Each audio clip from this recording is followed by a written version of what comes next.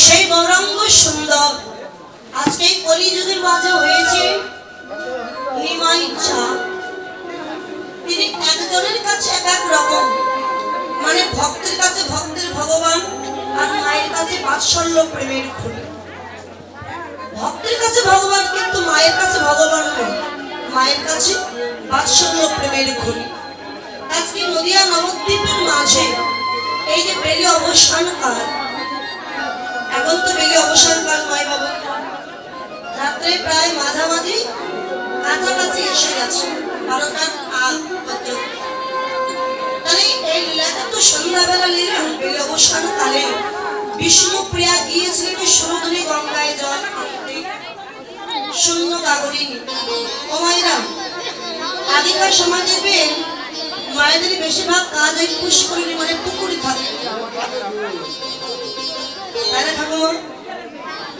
এখন আছে, এখন আর পুকুরে কেউ যায়, এখন ঘরে ঘরে টিউবওয়েল হয়েছে, মোটর লাইন হয়েছে, ঘর থেকে বাইরেই কেউ যায় না, তাই না? এই ঠাকুমা দিদিমার আগে যেত, তা যখন কলসে কাকি নিয়ে গেছে সুরধুনী গঙ্গায় জল আনতে, কলসে ডুবিয়ে দিয়েছে, জল ভরছে আকাঙ্ক্ষা। হঠাৎ দেখতে পেয়েছে ওই সুরধুনীর তীরকে আলোকিত করে এক অপূর্ব রূপের মানুষ দাঁড়িয়ে আছে। সেই মানুষটির আজানুলম্বিত বাহু, গলদেশে আছে ব্রহ্মফুলের মালা, শ্রবণে কুণ্ডল। আচ্ছা, আজানুলম্বিত বাহু কাদের কাদের বলে? মহাপ্রভু ছিল আজানুলম্বিত বাহু। বাহু মানে কি বাবা? হাত। আচ্ছা বলুন তো, আমরা যার যার হাতের মাপের কয় হাত লম্বা? 5.5 হাত। এবারে 5.5 হাত, 3.5 হাত, তাই না? এই যে আমি দাঁড়িয়ে আছি, দেখুন তো আমার হাতটা না হাঁটুর নিচে পড়েছে কি হাঁটুর উপরে পড়েছে? আমার হাত কিন্তু হাঁটুর উপরে। যার যার হাত আপনারা মেপে দেখবেন, পরীক্ষা করে, যখন দাঁড়িয়ে থাকবেন হাত হাঁটুর উপরে পড়বে, কিন্তু মহাপ্রভু যখন দাঁড়িয়ে থাকতেন এই হাত অনায়াসে হাঁটুর নিচে পড়বে। কতটা লম্বা হাত চিন্তা করুন, হাঁটুর নিচে পড়বে অনায়াসে। আমরা যার যার এই হাতের মাপে 3.5 হাত লম্বা, কিন্তু মহাপ্রভু ওই লম্বা হাতের মাপে ছিলেন 4 হাত লম্বা। যখন হাঁটুর নিচে হাত পড়বে ওটাকে বলে আজানুলম্বিত বাহু। এটা সাধারণ কোনো মানুষের হয় না, একমাত্র ভগবান বা কোনো মহাপুরুষের দেখা যায়, অন্য সাধারণ মানুষের না। 4 হাত লম্বা ছিল মহাপ্রভু। যখন নিমাই চাঁদ হরিনাম করে ঘরে ফিরে আসতেন, শচী মাতা বলতেন, দিদি ওই দেখ আমার নিমাই আসছে। তো নদিয়ার নাগরিকগণ বলতে, আরে শচী, হাজার হাজার ভক্ত হরিনাম করে ঘরে আসছে, এত ভক্তের মধ্য থেকে তুই কি করে চিনতে পারলি ওইটা তোর নিমাই? তাহলে ওই দেখ সবার থেকে লম্বা, ওই হচ্ছে আমার নিমাই। আমার নিমাইয়ের মতো লম্বা এই নবদ্বীপে আর কেউ হলো, ওই আমার নিমাই আসছে। তাই বিষ্ণুপ্রিয়া দিচ্ছে আজানুলম্বিত বাহু, গলায় আছে বনফুলের মধুরী মধুরী কৃষ্ণ নাম। সেই রূপের মানুষটিকে দর্শন করে বিষ্ণুপ্রিয়ার আর জল ভরার কথা মনে না। রূপ দেখে ঘরে ফিরে এসেছে, গাগরির জল ফেলতে ফেলতে। কোন গাগরি? জাগতিক জগতের ওই গাগরি নয়, এই 2 নয়ন গাগরির জল ফেলতে ফেলতে ঘরে এসেছে। এসে তারই বাল্য সঙ্গিনী কাঞ্চনার কণ্ঠ জড়িয়ে ধরেছে। ও কাঞ্চনা, নবদ্বীপের ভাগ্যাকাশের তলদেশে এমন এক রূপের মানুষ আবির্ভূত হয়েছে, এর আগে তো আমার জানা ছিল না। আমি যদি জানতাম সুরধুনী গঙ্গায় গেলে ওই রূপের মানুষটিকে দর্শন করলে আমি সব ভুলে যাব, জানলে কখন ওই রূপে আমি নয়ন দিতাম। তো কাঞ্চনা তখন বলছে, আরে বিষ্ণুপ্রিয়া, তুই কার নাম দর্শন করেছিস? নিশ্চয়ই কোন রাজা মহারাজা রূপ দেখেছিস তুই, কেননা এই নবদ্বীপে তো রাজা মহারাজারা আসে। দেখুন বাবা, তখনকার সময় ভালো লেখাপড়া সুব্যবস্থা ছিল ওই নদিয়া নবদ্বীপ ধাম। এখন যেমন বাবা মায়েরা সন্তানকে সুশিক্ষার জন্য বিদেশে পাঠান, লেখাপড়ার জন্য বিদেশে, কেননা বিদেশে লেখাপড়ার উন্নত ব্যবস্থা। আর তখনকার সময়ে শুধু আসতে তখনকার সময়ে লেখাপড়ার সুব্যবস্থা ছিল ওই নবদ্বীপ ধাম, মানে সমস্ত ওখানে পণ্ডিতরা বাস করতেন। তাই তো মহাপ্রভুর পিতা জগন্নাথ মিশ্র, আমার জগন্নাথ মিশ্রে কিন্তু পূর্বপুরুষের জন্মভিটা। জগন্নাথ মিশ্রের জন্মস্থান কিন্তু শ্রীহট্ট, সিলেট জেলা। শ্রীহট্ট থেকে জগন্নাথ মিশ্র উচ্চ শিক্ষা লাভের জন্য তিনিও নবদ্বীপে চলে গিয়েছিলেন। এই যে সমস্ত ভক্তগুলো শ্রীবাস পণ্ডিত, অদ্বৈত, গদাধর, ওনাদের সকলেই পূর্বপুরুষের জন্ম ভিটায় শ্রীহট্ট জেলা। পরবর্তীতে নবদ্বীপে চলে গিয়েছিলেন উচ্চ শিক্ষা লাভের জন্য। তো বললেন এটা তো অনেক মানুষ আছে, তো কেউ দেশ বিদেশ থেকেও আসে, তো মনে হয় কোন রাজা মহারাজার রূপ দেখে তুই ভুলে গেছিস। না রে সখী, কোন রাজা কিংবা মহারাজা নয়।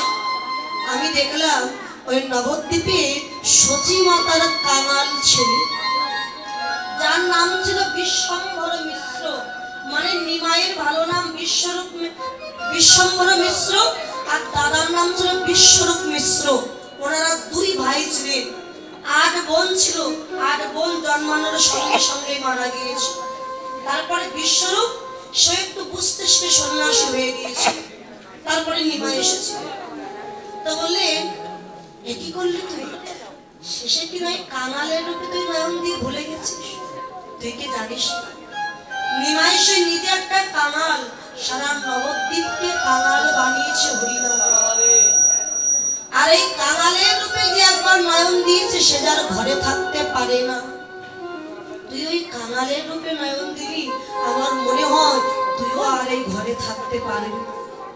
একবার মনে করে দেখ, ওই গৌর রূপে নয়ন দিয়ে সনাতন গোস্বামী, রূপ গোস্বামী, রঘুনাথ দাস গোস্বামী, নরোত্তম দাস ঠাকুর, এনারা সকলেই পথের ভিখারি হয়ে গেছে। সনাতন গোস্বামী, রূপ গোস্বামী, ওই যে সর গোস্বামীর মধ্যে একই পরিবারের 3 জন, রূপ, সনাতন, অনুপম, 3 ভাই।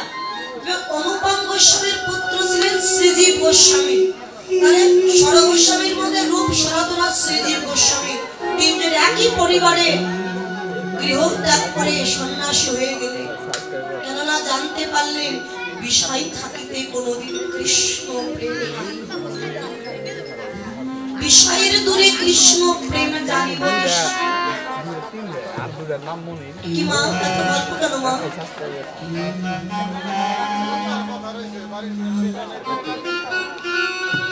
হরিবল, একটু ধৈর্য সহকারে বসুন, হইচই কথা না। এই যে সনাতন গোস্বামী তখনকার সময় রাজা হোসেন শাহর রাজত্ব কালে, ওনার নাম ছিল সাগর মল্লিক, আর এই রূপ গোস্বামীর নাম ছিল কবির খাস। মানে রাজা হোসেন শাহর মন্ত্রিত্ব পদে চাকরি করতেন বলে নাম পরিবর্তন হয়ে গেল। একজনের নাম সাগর মল্লিক আর একজনের নাম কবির খাস। একদিন রাজা হোসেন শাহ বললেন, সাগর, শুনেছি নদিয়া নবদ্বীপে গৌর হরি নামে কে যেন একটা আবির্ভূত হয়েছে। সত্যি সে আমার রাজ্যের কোন ধার্মিক ব্যক্তি, আমার রাজ্যের কোন গুপ্তচর? তুমি গোপনে গিয়ে একটু দেখে এসো।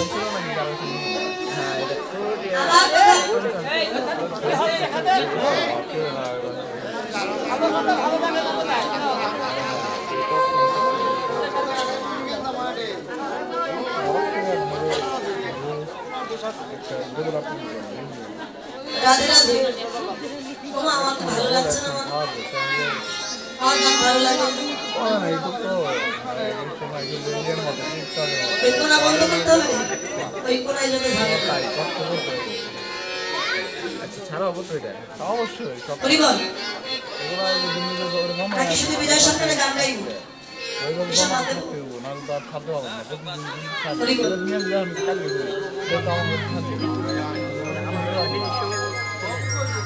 রাধে রাধে। তো দেখুন সাগর মল্লিককে ডেকে বললেন, সাগর, শুনেছি নদিয়া নবদ্বীপে গৌর হরি নামে কে যেন আবির্ভূত হয়েছে, যাও তো গিয়ে দেখে এসো। কেননা রাজা তো চতুর্দিকে লক্ষ্য রাখা উচিত, তার রাজ্যে কোনো কোন বিপদ হচ্ছে কিনা। তো বলতে যাওয়াই যারা চাকরি করে তাদের তো সব কথা মেনে চলতে হবে, মালিকের কথা। প্রচন্ড ঝড় বৃষ্টি হচ্ছে, বলে এই সময় তুমি গোপনে যাবে নদিয়া নবদ্বীপে আমার গুপ্তচর হয়ে। ঘোড়ার পিঠে উঠে ছুটতে ছুটতে চলে গেছেন ওই নদিয়া নবদ্বীপের মাঝে। সারা নবদ্বীপ ধাম খুঁজেছে কোথায় গৌর হরি, তার কর্মটা কি একটু দেখতে হবে। নবদ্বীপ ধাম খুঁজেছে কিন্তু কোথাও পাইনি। যখন চলে আসছে হঠাৎ দেখছেন শ্রীবাসের অঙ্গনে গৃহের দুয়ার বন্ধ, আর ভিতরে কারাজনকে একটা আলোচনা করছে। তো গুপ্তচরের যা কাজ গোপন সংবাদ নিয়ে রাখা। চিন্তা করলো করে কি হচ্ছে আমাকে একটু জানতে হবে। বাবা এ জগতে সাধুর পরশ যদি একবার লাগে অসৎ ব্যক্তিও সাধু হয়ে যায়, তাই না? আর শ্রীবাসের পরম বৈষ্ণব, সেই বৈষ্ণবের গৃহের দুয়ারে গেছেন ওই সাগর মল্লিক। বৈষ্ণবের বাতাস লাগছে গায়ে, ঘরের দুয়ার তো বন্ধ। চিন্তা করলে আমি একটু কান পেতে শুনি তো ভিতরে কি আলোচনা হচ্ছে। ভিতরে মহাপ্রভুকে ঘিরে ভক্তগণ মধুর কৃষ্ণ নাম হরিনাম করছে। যেই না হরে কৃষ্ণ মহামন্ত্র নাম জপ করছে, কৃষ্ণ নাম শ্রবণ করছে সাগর মল্লিক। নামের একটা কৃপা আছে বাবা। নাম করতে করতে বা নাম শুনতে শুনতে নামের কৃপা যখন হয়ে যাবে, আপনি হরিনাম ছাড়তে চাইলেও হরিনাম আপনাকে কখনো দেবে না। বলে হরিনামের কৃপায় আপনাদের মতো ভক্ত এত দূর দূরান্ত থেকে ছুটে এসেছেন, কেননা আপনারা হরিনাম ছাড়তে চাইলেও হরিনাম যে টেনে নিয়ে এসেছে। কৃষ্ণ নাম শ্রবণ করছে যখনই, নাম যখন কর্ণকুহর দিয়ে হৃদয় মন্দিরে প্রবেশ করেছে, নাম শ্রবণ করতে করতে অনেক ভক্ত আছে দেখবেন বাবা বসে আছে, কিন্তু অধর ঝরায় কখন নয়ন জলে তার বুক ভেসে যাচ্ছে। এমন ভক্ত আছে নাম শ্রবণ করতে করতে কখন যেন তার নয়ন থেকে প্রেমাস্ত্র পতিত হলো, সাগর মল্লিক নিজেও জানে। আমার নাম শ্রবণ করে আমার নয়ন থেকে অশ্রুপাত হয়, আজকে আমার নয়ন থেকে অশ্রুপাত হচ্ছে। আর স্থির থাকতে পারলাম না, গৃহের দুয়ার খুলে দিয়ে ছুটে গিয়ে আচার্যকে পড়েছে গৌরবের চরণ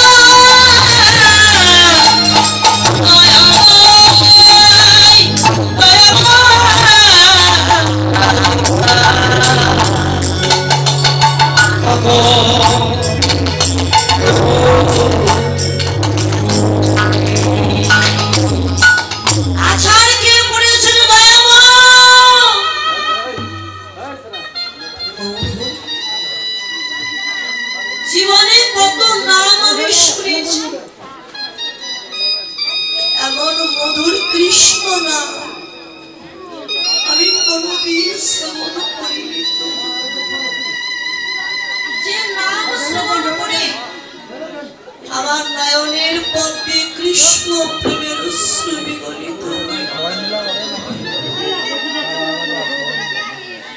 প্রভু সত্যি যদি তুমি সেই হবে, তোমার কাছে আমার তিনটি প্রশ্ন উত্তর দেবে। বলো তোমার কি প্রশ্ন? আমার প্রথম প্রশ্ন, প্রভু আমি কে, কি আমার পরিচয়? আমার নাম সাগর মল্লিক, এই পরিচয় বাস্তবে আমি কে বলতে পারবো? সাগর শুধু তুমি একা নও, জগতে প্রত্যেকটা জীব আমাদের একটি মাত্র পরিচয়, আমরা সবাই হলাম নিত্য কৃষ্ণ চরণের দাস কৃষ্ণের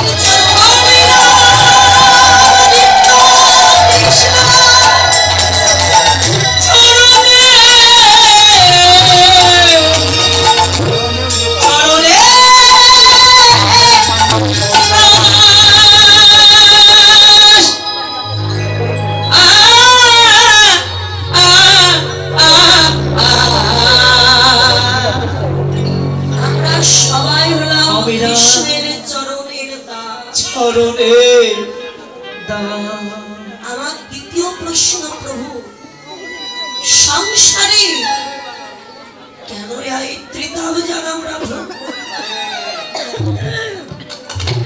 কেন এই ত্রিতাব জাল আমরা ভোগ করি? এমন কোন মানুষ নাই যিনি বলতে পারবেন না আমার জীবনে কোনো দুঃখ কষ্ট জ্বালা যন্ত্রণা কিছু নেই। এই দ্বারা আছি আমরা, প্রত্যেকের জীবনে কোনো না কোনো কষ্ট তো আছে। কেন জীব যখন ভুলে যায় সে কৃষ্ণের চরণের দাস, তখন এই মায়ার সংসার তাকে ত্রিতাব জ্বালা ভোগ করে। গৌর হরি, আমার তৃতীয় প্রশ্ন, আমি মুক্তি পাবো কি করে? কি করে আমার গতি হবে? যেদিন তুমি জানতে পারবে তুমি কৃষ্ণের চরণের দাস, জানতে পেরে এই দেহ মন প্রাণ কোন সাধুগুরু বৈষ্ণবের চরণে দান করে দেবে। বৈষ্ণবের যদি কৃপা হয়, এক বৈষ্ণবী পারে একদিন না একদিন তোমার সেই গোবিন্দের চরণ দান করবে।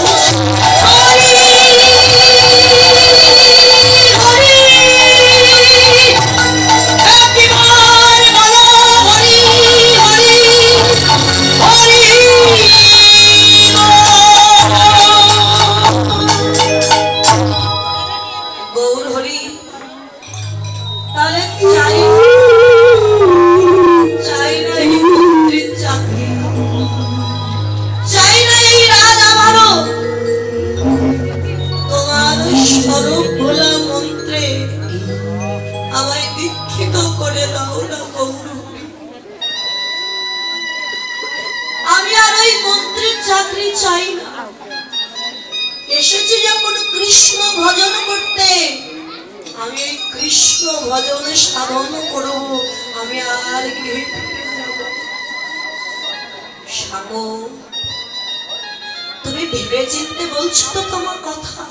হ্যাঁ প্রভু, তোমার স্বরূপ ভোলা মন্ত্রে আমায় দীক্ষিত করে দাও, আমি আর ঘরে ফিরব। যাও, স্নান করে এসো।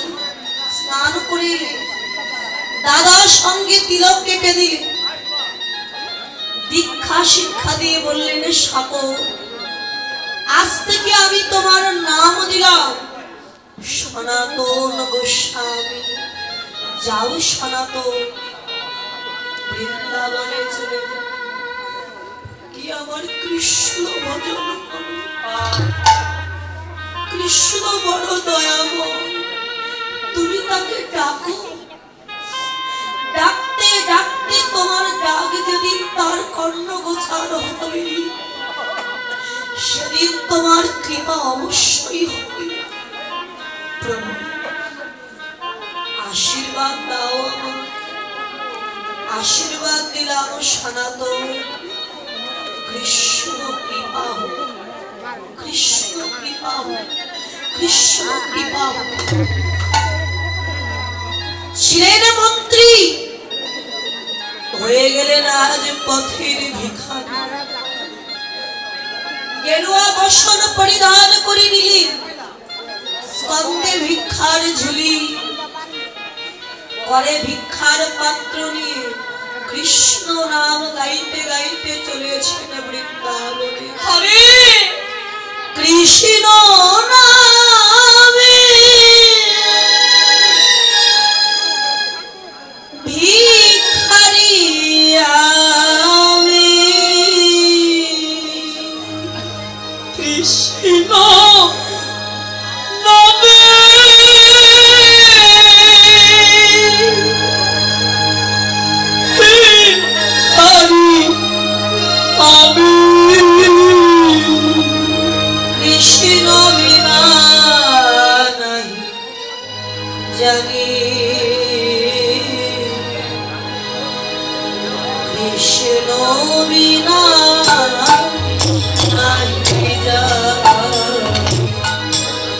কৃষ্ণ বিনা নাহি জানি কৃষ্ণ নামে ভিখারি আমি কৃষ্ণ নামে ভিখারি আমি কৃষ্ণ বিনা নাহি জানি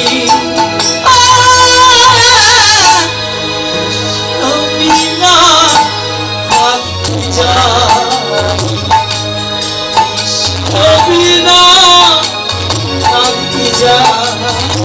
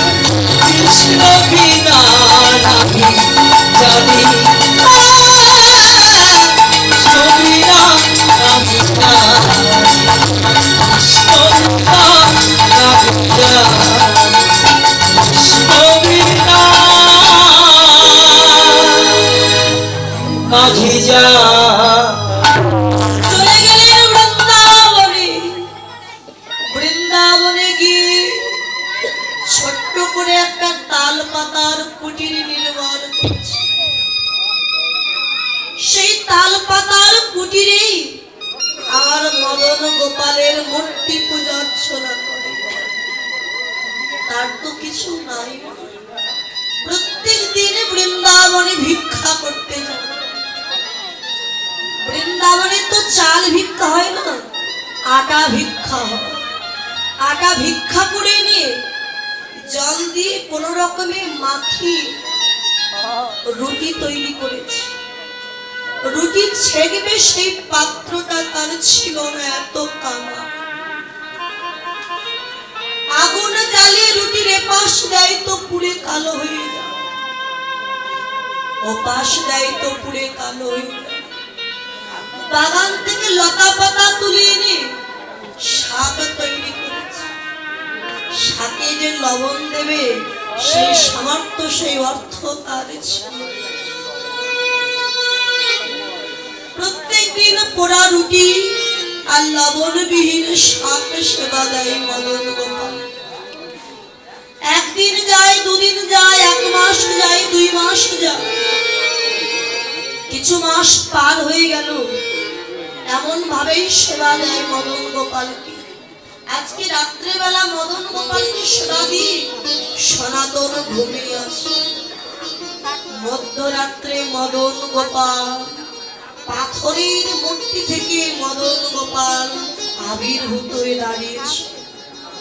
সনাতন, ও সনাতন, কে? আমায় চিনতে পারছো না? আমি যে তোমার মদন গোপাল। মদন গোপাল, তুমি এসেছো? এসেছো দয়াময়? সনাতন, আমি একটা কথা বলতে তোমার কাছে এসেছি। বলো কি কথা? তুমি না আমাকে প্রত্যেক দিন পোড়া রুটি আর লবণবিহীন শাক সেবা দাও। পোড়া রুটি দিচ্ছ, দাও, দুঃখ না, কিন্তু এই লবণবিহীন শাক সেবা করতে আমার যে বড় কষ্ট হয় সনাতন। কাল থেকে যখন সেবা দেবে, যদি পারো ওই শাকে একটুখানি লবণ দিও তুমি সনাতন। একে বলছো মদন গোপাল, আমি দিন দরিদ্র কাঙাল ভিখারি, শাকে লবণ দেব সে অর্থ আমার কোথায়? মদন গোপাল, আজকে তুমি বলছো সনাতন লবণবিহীন শাক সেবা করতে পারছি না, কাল বলবে সনাতন ওই পোড়া রুটি আমি সেবা করব না, পরশুদিন বলবে সনাতন আমাকে রাজভোগ এনে দাও। প্রভু, তোমার যদি এত ভালো ভালো সেবা করবার ইচ্ছে ছিল, যখন আমি মন্ত্রীর চাকরি করতাম, যখন আমার ধন সম্পত্তি সব ছিল, তখন কেন তুমি আমার কাছে এলে না দয়াময়? আজ আমায় পথের কাঙাল বানিয়ে দিয়ে আমার কাছে তুমি ভালো সেবা করতে চাইছো? কোথা থেকে? আমার যে দেওয়ার কিছু না। প্রভু, আমি চাই না আমার জন্য তুমি কষ্ট পাও। এক কাজ করো, আমি তো তোমাকে ভালো কিছু সেবা দিতে পারি না, আর যে ভক্ত তোমাকে রাত মিষ্টান্ন সাজিয়ে ডাকছে, যাও তুমি তার ঘরে চলে থাকতে হবে না, এই তাল পাতার ঘরে তোমার যাও। সনাতন, তুমি আমায় তাড়িয়ে দিচ্ছ, আমায় তাড়িয়ে দিচ্ছ। হ্যাঁ মদন গোপাল, যাও তুমি চলে যাও, থাকতে হবে। বেশ, আমি চলে যাচ্ছি, তবে মনে রেখো আর কোনোদিন কিন্তু আমি তোমার কাছে আসবো না, তুমি আমায় তাড়িয়ে দিচ্ছ। যাও প্রভু। মদন গোপাল যখন এক পা দু পা করে নেমে চলে যাচ্ছে সনাতন আমার ধুলাই গড়াগড়ি দিয়ে কাঁদছি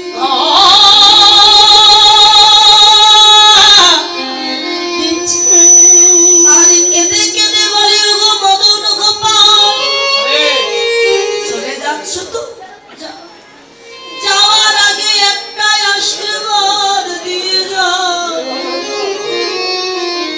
আমি তো তোমার চরণ পেলাম না প্রভু তোমার চরণ পাইবা না পাও যেন তোমার ভক্তের চরণ ছাড়া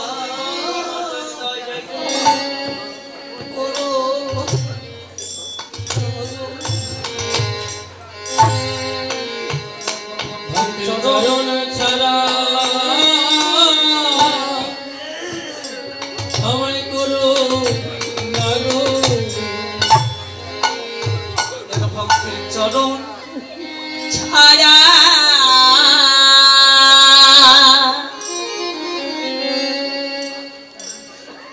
যেন আমায় করো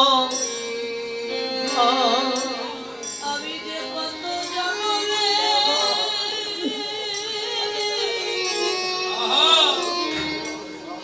আমি কত জনমে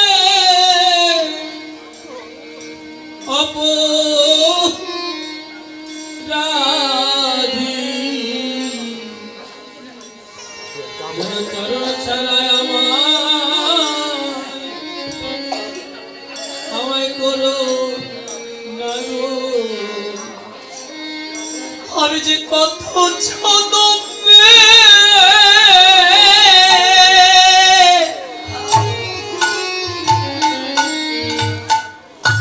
আমি কত জনমে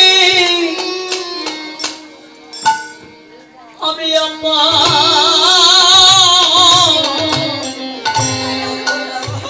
আমি অপরাধী ভক্তের চরণ ছাড়াই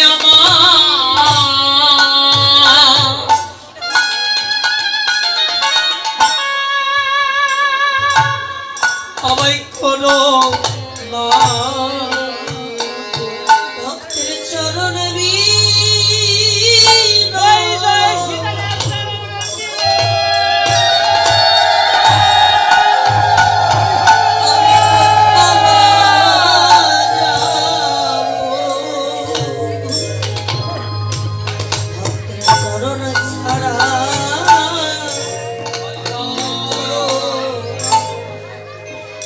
ভক্তের চরণ বিনা আমি কোথা বা যাব চরণ ছাড়াই আমায় করো না গো চরণ বিনা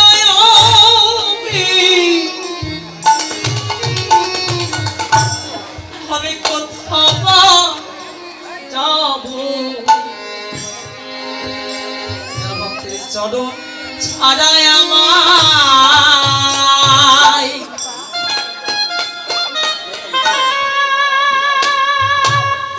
আমায় করো না ভক্তের চরণ বিনা